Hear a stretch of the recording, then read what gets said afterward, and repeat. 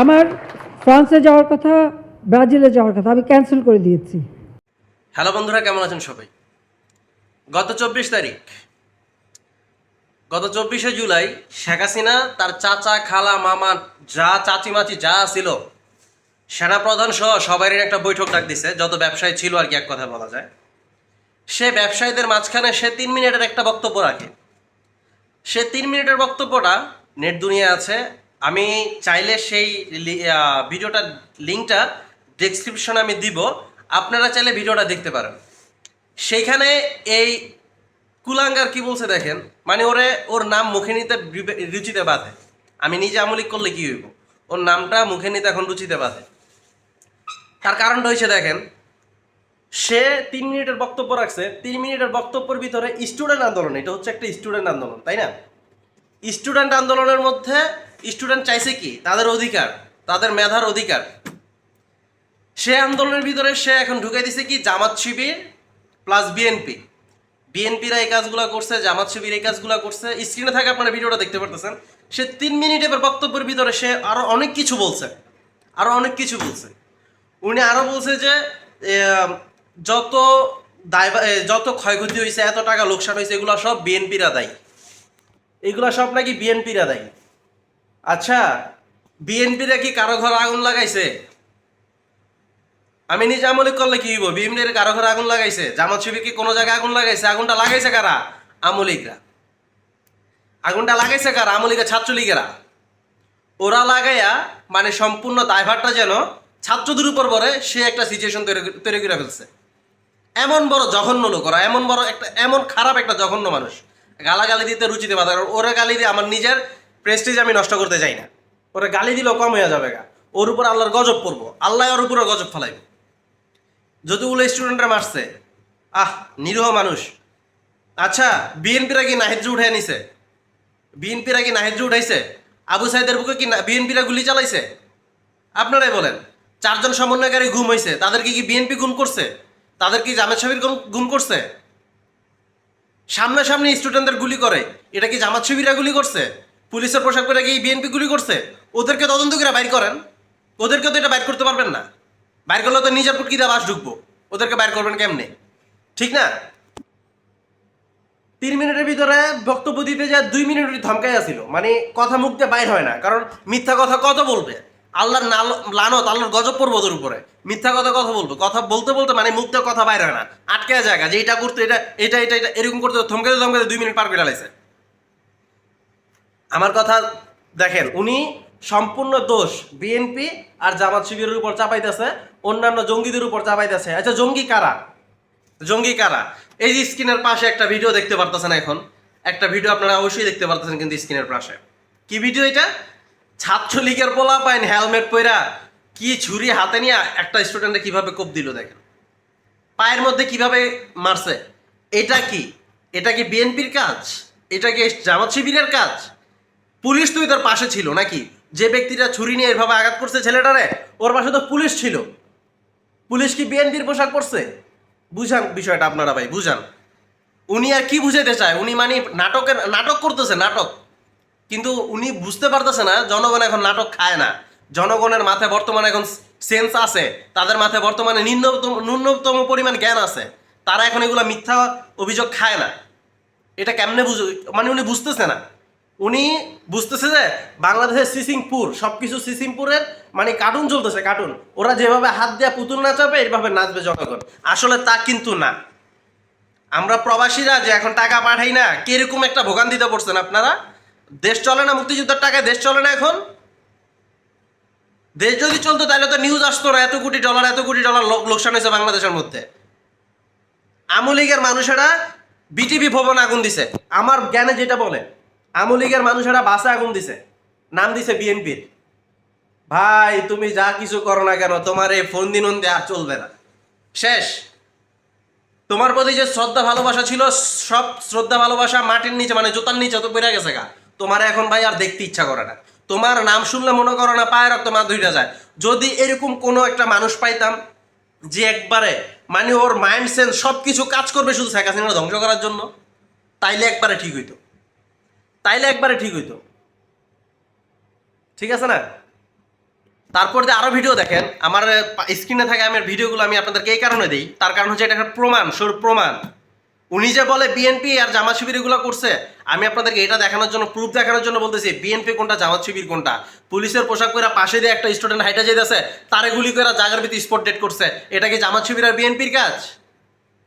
ওরে যদি এরকম পাশে ফেলাইয়া সবগুলা মিলে টানা ফায়ারিং করতো তাইলে মনটারা বুঝ দিতে পারতাম। চিন্তা করে দেখেন একটা বার, উনি ওই লোকটা পাশে দিয়ে হাইটা যাচ্ছে, ওই লোকটা ফায়ারিং করছে, লাগতেছে কি মানে ওই যে ফ্রি ফায়ারের মতো এনিমি মারতেছে, ফ্রি ফায়ারের মতো এনিমি মারতেছে, এরকম একটা অবস্থা। এটা বলে বিএনপির কাজ, এটা বলে জামাত শিবিরের কাজ। আমি ওকে এটাই দেখানোর জন্য মানে ভিডিওটা তৈরি করছি, কি এটা দেখানোর জন্য যে উনি যে বারবার এই 3 মিনিটের বক্তব্যের ভিতরে বলছে গত 24 তারিখে এতজনের সামনে, আবার ওই দালালরা কি করতে সবাই হাতে তালি দিতেছে। কেমন দালালের দালাল চিন্তা করে দেখেন, একটা পারফেক্ট ব্যক্তি লয়ে কিন্তু বক্তব্য পেশ করা নেই, সবগুলো দালাল সামনে বসে রেখে বক্তব্য পেশ করছে। নাইট উঠায় নিয়ে যে এমন মারা মারছে জায়গার ভিতরে পচা ফেলছে। আপনার স্ক্রিনের ছবিটা দেখেন, স্ক্রিনের ছবিটা দেখেন, এটা কি জামাত শিবিরের কাজ? এটা কি বিএনপির কাজ? হ্যাঁ, উনি নাকি আবার স্বৈরাচারের বিরুদ্ধে এটা রুখে দাঁড়াবে। উনি ব্রাজিল যাওয়া ক্যান্সেল করছে, উনি ফ্রান্সে যাওয়া ক্যান্সেল করছে, উনি যেন জনগণের পাশে দাঁড়াইতে পারে। পুলিশ লালাই দিয়া উনি জনগণের পাশে দাঁড়াবে। পুলিশ ওপেন ফায়ারিং করতেছে, পুতুল খেলার মতো মানুষ মারতেছে, উনি নাকি জনগণের পাশে দাঁড়ানোর জন্য ব্রাজিল যাওয়া ক্যান্সেল করছে, ফ্রান্সে যাওয়া ক্যান্সেল করছে। একবার চিন্তা করে ভাইবা দেখেন ভাই, কোন ধরনের অভিনেত্রী উনি, কোন ধরনের অভিনেত্রী। মানে উনির কাছে জনপ্রিয় অভিনেতা শাবনূর ফেল, ঐশ্বরিয়া রায় ফেল, মানে স্কারলেট জোহানসনও ফেল, মানে হলিউড বলিউড টালিউড যত লিউড আছে মানে সব কিছুর ভিতরে উনি পাস, সব কিছুর ভিতরেই উনি পাস। ভাই যে ছাত্রলীগ আর ওই সাদ্দাম, অরও যদি পাইতাম ভাই বিশ্বাস করেন নুনুর ভিতরে দড়ি বাইন্দা পরে লট করে পিটাইতাম, অরও যদি পাইতাম। ঠিক আছে,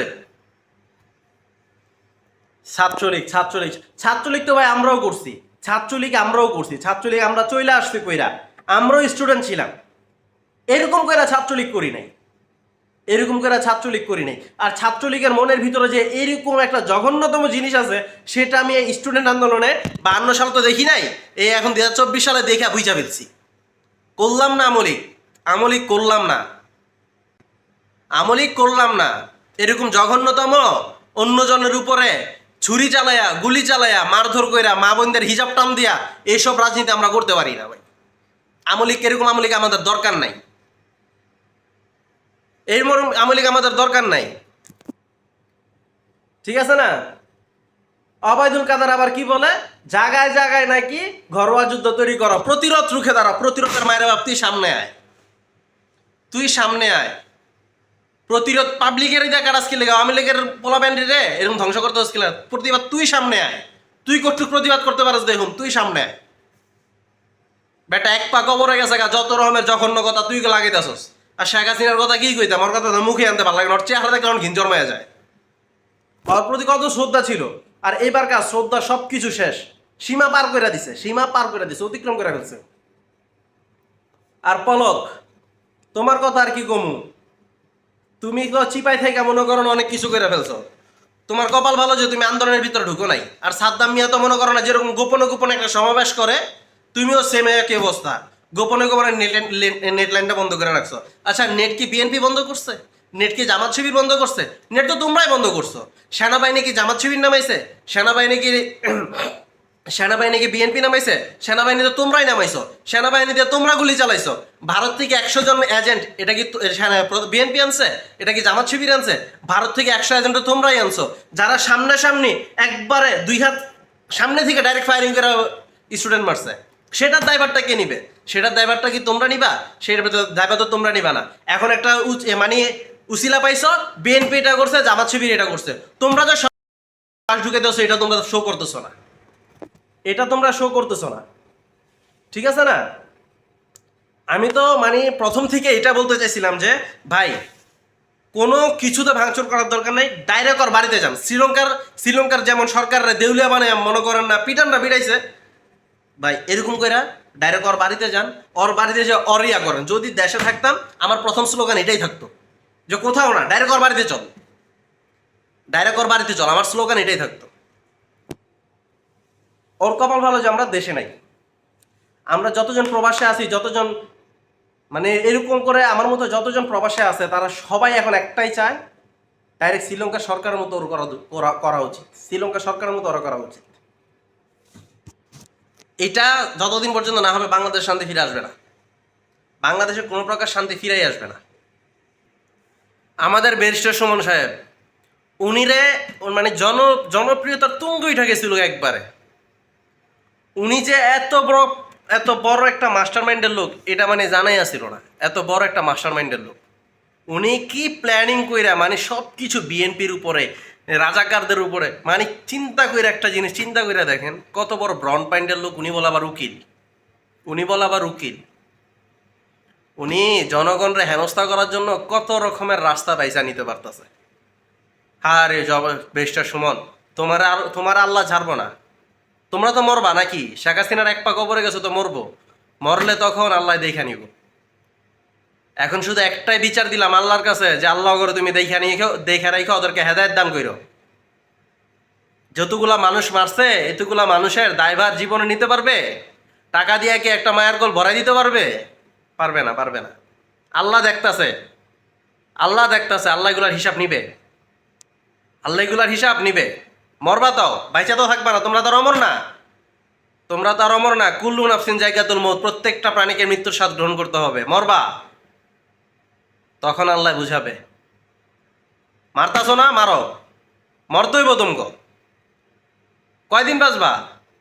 ধরলাম আরো 60 বছর বাঁচলা, তারপর 60 বছর রাজত্ব করলা, 60 বছর আবার শাপলা চত্বর মতো আরো 60 বার তুমি সবকিছু প্রজন্ম সৃষ্টি করলা। তারপর কি করবা? মরবা। মরতে তোমার হইবই, তখন বুঝাইব আল্লাহ। যতজন মানুষ মারছো, ততটা মায়ের অভিশাপ তোমার ভিতরে লাগছে।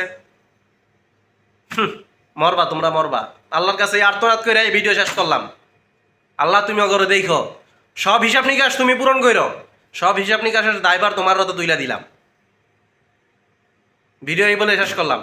এটা নিউজ হচ্ছে 24শে জুলাই নিউজ আপনাদেরকে দিলাম। ঠিক আছে, সবাই ভালো থাকবেন, সুস্থ থাকবেন। আল্লাহ হাফেজ।